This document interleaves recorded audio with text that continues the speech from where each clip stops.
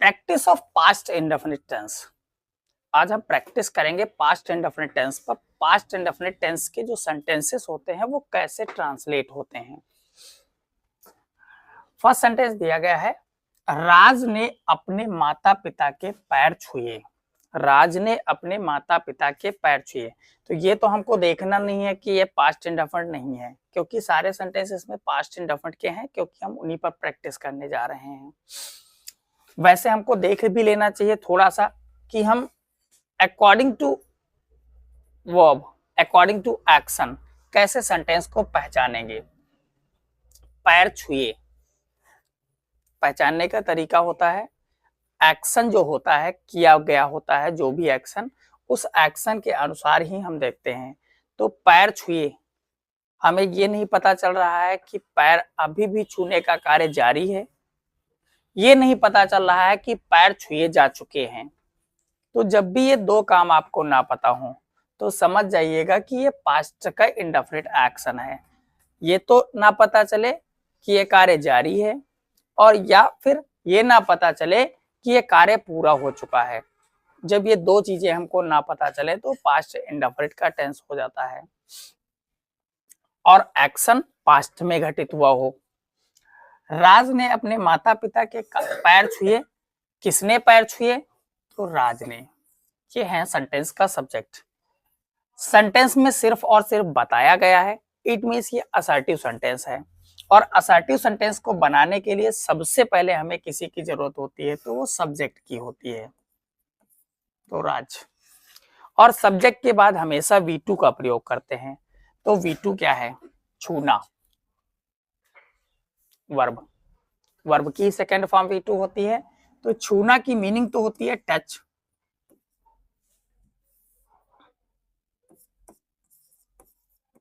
Touch, इसमें ED लगा देंगे तो बन गया टच्ड। राज टच्ड, राज ने छुए। क्या छुए? तो बात आती है पैर छुए, फीट। अभी पैर किसके हैं? तो ऑफ के अपने माता पिता, हिज पेरेंट्स। सेंटेंस को बनाने का तरीका बहुत ही सिंपल होता है। सब्जेक्ट लिखो, फिर पीछे चले जाओ वर्ब लिखो, और फिर पीछे से ट्रांसलेट करते चले आओ, वर्ड्स को जोड़ते चले आओ। ये सबसे आसान तरीका होता है किसी भी सेंटेंस को बनाने का। और एक काम और करना होता है इसके अलावा, कि जो भी आप वर्ड लिखें उस वर्ड से उसी के अनुसार क्वेश्चन पूछें। जैसे मैंने वर्ड लिखा था टच्ड, छुए। तो छुए तो क्या छुए? तो आंसर मिल गया हमको पैर छुए। तो पैर तो है, लेकिन किसके? तो है उसके माता पिता के, ऑफ हिज पेरेंट्स। इस प्रकार से वर्ड्स को आपस में जोड़ा जाता है। नेक्स्ट सेंटेंस है, हमने अपना नाम नहीं लिखा। तो किसने नहीं लिखा? हमने नहीं लिखा। सेंटेंस है निगेटिव। अफर्मेटिव हो और चाहे निगेटिव हो, दोनों केसेस में हमको असर्टिव का स्ट्रक्चर लगाना होता है, यानी कि सबसे पहले सब्जेक्ट लगाना होता है। हमने अपना नाम नहीं लिखा, नहीं लगा है, निगेटिव सेंटेंस है। साथ में किसने नहीं लिखा? तो हमने नहीं लिखा, यानी कि वी। और जब नहीं लिखा होता है, पास्ट का इंडेफिनिट टेंस होता है, तो उसमें वी के साथ डिड नॉट का प्रयोग करते हैं, तो डिड नॉट लगा देंगे। इसके बाद हमेशा V1 का प्रयोग करते हैं, लिखा यानी कि लिखना। लिखना की V1 क्या होती है? वो होती है राइट, तो राइट लिख दिया। अब लिखा तो, लेकिन क्या लिखा? लिखा तो मन में क्वेश्चन आया, लिखा, लेकिन फिर क्या लिखा? तो अपना नाम, ये लिखा। नहीं तो पहले आ चुका, अब बच्चा हमारे पास लिखा। तो लिखा तो क्या लिखा?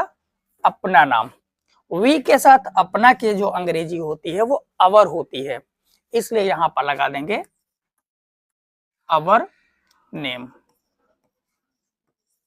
ये सेंटेंस डन होगा। नेक्स्ट सेंटेंस देखते हैं।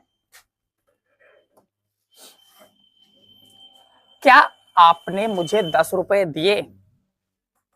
क्या आपने मुझे 10 रुपए दिए?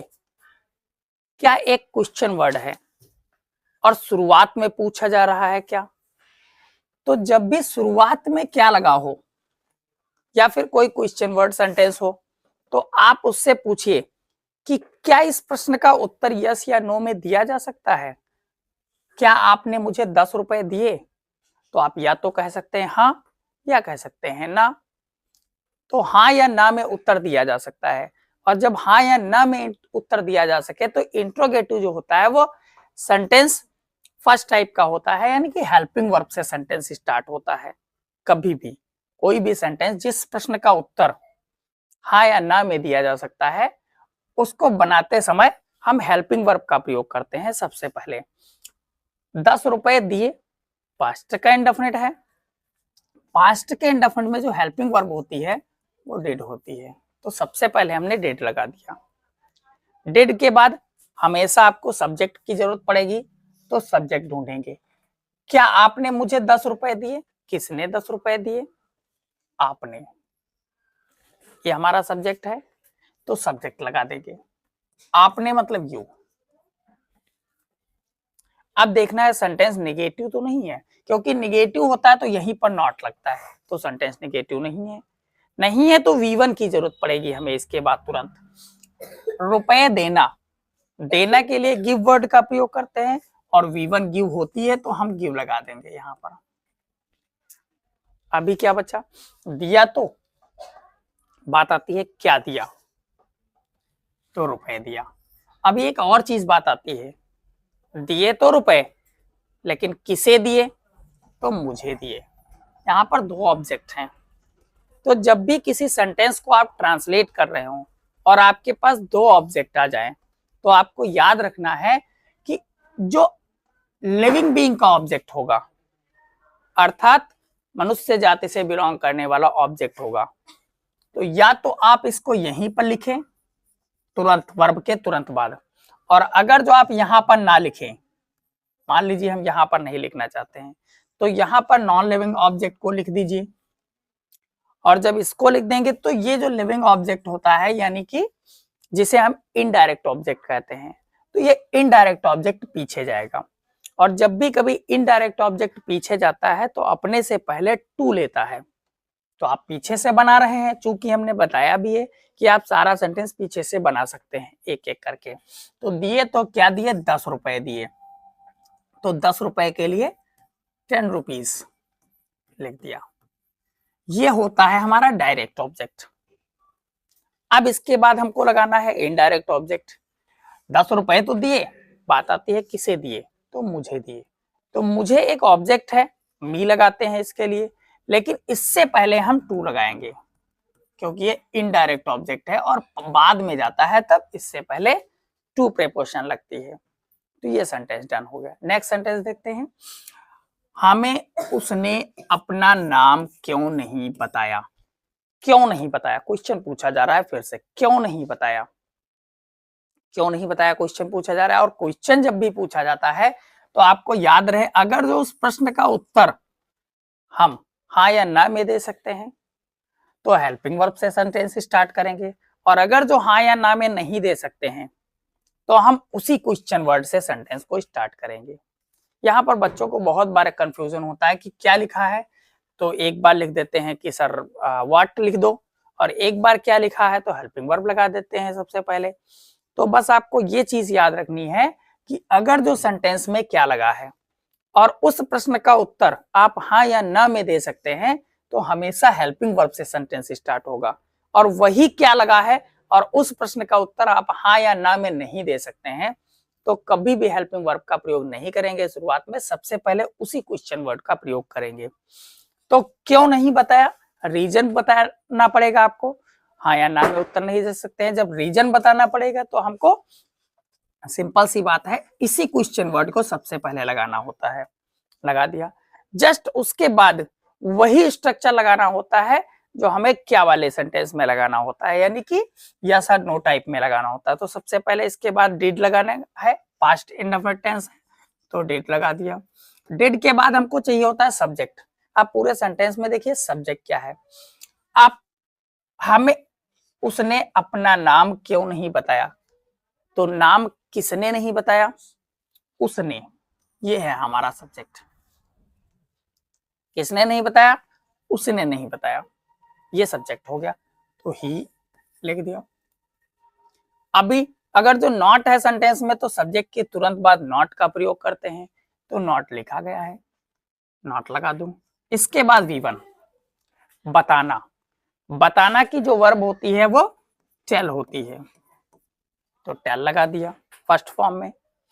अभी क्या बचा, बताया तो क्या नहीं बताया, या क्या बताया, अपना नाम, ये पीछे से आते थे, नहीं भी आ गया, क्यों भी आ गया, बताया भी आ गया। अभी क्या बचा, अपना नाम। अपना नाम ही के लिए अपना नाम हिज हो जाएगा, ही के साथ अपना की अंग्रेजी हिज हो जाती है, तो हिज नेम।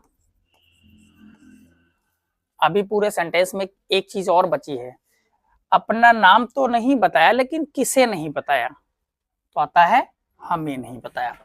हमें एक ह्यूमन बीइंग से बिलोंग करने वाला ऑब्जेक्ट है, किसे नहीं बताया, तो हमें नहीं बताया। हमें एक इनडायरेक्ट ऑब्जेक्ट है, और इनडायरेक्ट ऑब्जेक्ट अभी पिछले सेंटेंस में हमने सीखा था, जब लास्ट में जाता है तो टू के साथ लगता है, तो यहां पर हम पहले टू लगाएंगे और उसके बाद अस लगा देंगे, ऑब्जेक्ट लिख देंगे question mark. Next sentence, next sentence है जीवन में आपने क्या किया। क्या किया, क्या एक क्वेश्चन वर्ड है, यानी कि सेंटेंस क्वेश्चन वर्ड है, लेकिन इस क्या का प्रश्न अगर जो आप हाँ या ना में उत्तर दे सकते हैं, इस क्या प्रश्न का उत्तर हाँ या ना में दे सकते हैं, तो हम हेल्पिंग वर्ब से स्टार्ट करेंगे। जीवन में आपने क्या किया, आपको पूरा का पूरा आंसर बताना पड़ेगा, हाँ या ना में नहीं दे सकते हैं, इसलिए हम इसी वर्ड से स्टार्ट करेंगे और इसको क्वेश्चन वर्ड बना देंगे। इसके बाद हेल्पिंग वर्ब लगानी है, तो पास्ट इंडेफिनिट टेंस का होने पर डेट लगा देते हैं। फिर सब्जेक्ट आपने, यू। इसके बाद हमें चाहिए वर्ब की फर्स्ट फॉर्म, किया। किया यानी कि डू, करना, डू लगा दिया। अभी पूरे सेंटेंस में बचा क्या, जीवन में, पूरे सेंटेंस में ये बचा in life, question mark. Next sentence, हम अपने अध्यापकों का सम्मान करते थे। हम अपने अध्यापकों का सम्मान करते थे, कौन करता था, हम। सीधे से बात को बताया गया है, अफर्मेटिव सेंटेंस है वी। वी के साथ सम्मान करते थे, पीछे चले गए, रेस्पेक्ट होती है और V2 लगता है, तो रेस्पेक्टेड हो जाएगा, रेस्पेक्टेड, ये हो गया V2। रेस्पेक्टेड, वी रेस्पेक्टेड, हम सम्मान करते थे, किसका, किसका सम्मान करते थे, अपने अध्यापकों का। वी रिस्पेक्टेड, अपने, वी के साथ अपना की अंग्रेजी अवर, टीचर्स,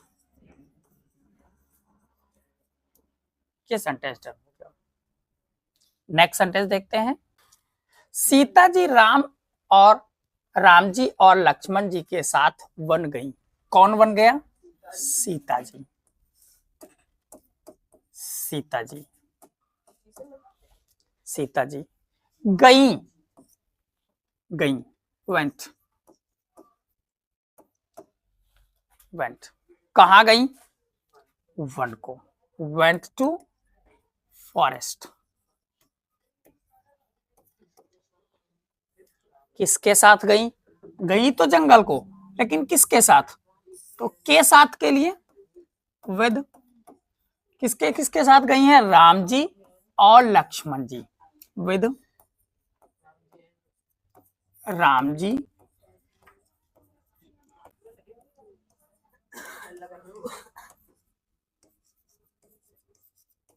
लक्ष्मण जी, ये सेंटेंस हो गया। नेक्स्ट सेंटेंस, क्या आप सभी अपना काम समय से करते थे? क्या करते थे, हाँ या ना में उत्तर दिया जा सकता है, इसलिए हेल्पिंग वर्ब सबसे पहले। कौन काम करता था? आप सभी, यू। ऑल लगाना चाहे तो लगा दीजिए, you all. Did you all? करते थे, करना के लिए डू, हमको डू ही चाहिए वर्ब की फर्स्ट फॉर्म, क्योंकि डिड लग चुका है। करते तो थे, लेकिन क्या करते थे? अपना काम। यू, बहुत सारे लोग हैं तो योर प्लूरल वर्ड है, और काम के लिए वर्क, अपना काम। अब पूरे सेंटेंस में एक चीज मात्र बची है, समय से, timely, question mark. Next sentence देख लेते हैं। उसने आपको पसंद क्यों नहीं किया? क्यों नहीं किया, क्यों क्वेश्चन पूछा जा रहा है। आप इसका उत्तर यस या नो में नहीं दे सकते हैं, तो इसी वर्ड को सबसे पहले लिख दो why. Helping verb past indefinite में डिड लगती है, तो डिड लगा दिया। सब्जेक्ट चाहिए, उसने आपको पसंद नहीं किया, किसने पसंद नहीं किया? उसने, ये सब्जेक्ट है, ही। अभी नॉट भी चाहिए, तो नॉट दिया भी गया है, लगा देंगे। पसंद करना की मीनिंग होती है लाइक, फर्स्ट फॉर्म चाहिए तो लाइक लगा दिया फर्स्ट फॉर्म में। अभी पूरे सेंटेंस में बचा क्या? पसंद करना भी हो गया, आपको लाइक, लाइक के साथ यू लगा दीजिए, क्वेश्चन मार्क। नेक्स्ट सेंटेंस, क्या वे मैदान में नहीं खेलते थे?